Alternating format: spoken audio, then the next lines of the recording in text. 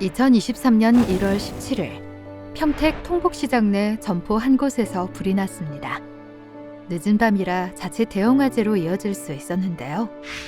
해당 점포에 설치된 화재 알림 시설이 빠르게 화재를 감지해 관할 소방서에 신속하게 연락했고 초기 진압이 가능했습니다. 2024년 1월 16일 태백 황지 자유시장 내의 한 닭집의 화재 사고도 IoT 화재 경보기 시스템 덕분에 7분여 만에 불을 끌 수 있었으며 2024년 5월 7일 부산 수정 전통시장 한 채소 가게의 화재 사고도 10여 분 만에 완전히 불을 끄고 더 큰 재산 피해를 막았습니다.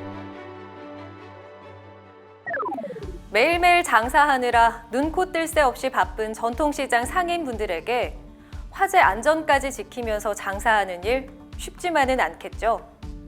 그래서 소상공인시장진흥공단이 상인분들의 손과 발이 되어 안전하게 지켜드리겠습니다. 이제 전통시장 안전관리 패키지 지원 사업으로 하나부터 10까지 간편하게 지원받으세요. 네? 다 지켜준다고요? 전통시장 안전관리 패키지 지원 사업이 대체 뭐길래 그래요?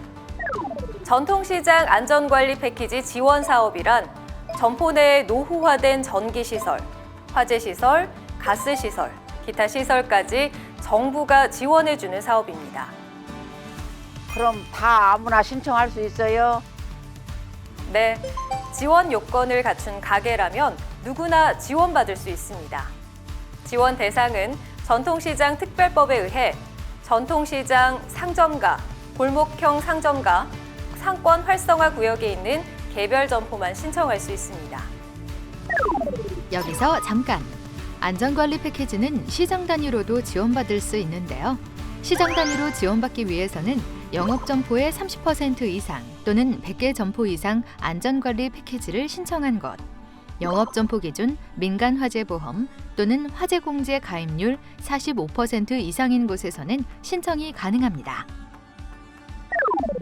정기 점검은 일이 클 텐데 어떤 부분을 점검해 주시나요?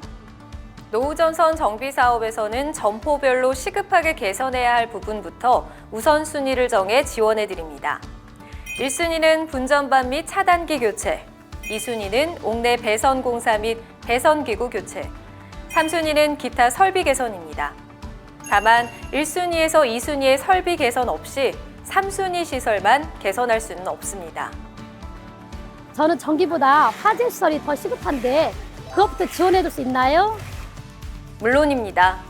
그동안 점포 내에 화재 감지기나 수신기, 속보기가 없어 불안했다면 전통시장 안전관리 패키지 지원 사업으로 설치해보세요. 자녀 예산에 한해 공용 공간에 화재 감시용 CCTV도 설치해드립니다. 가스도 조금 걱정되는데 주방에서는 가스가 제일 중요하잖아요. 네, 맞습니다. 주방에서 가장 많이 사용하는 게 불이니까요. 그만큼 가스를 안전하게 사용하는 게 중요하겠죠. 전통시장 안전관리 패키지 지원 사업은 가스 안전 시설 설치도 지원을 해드립니다.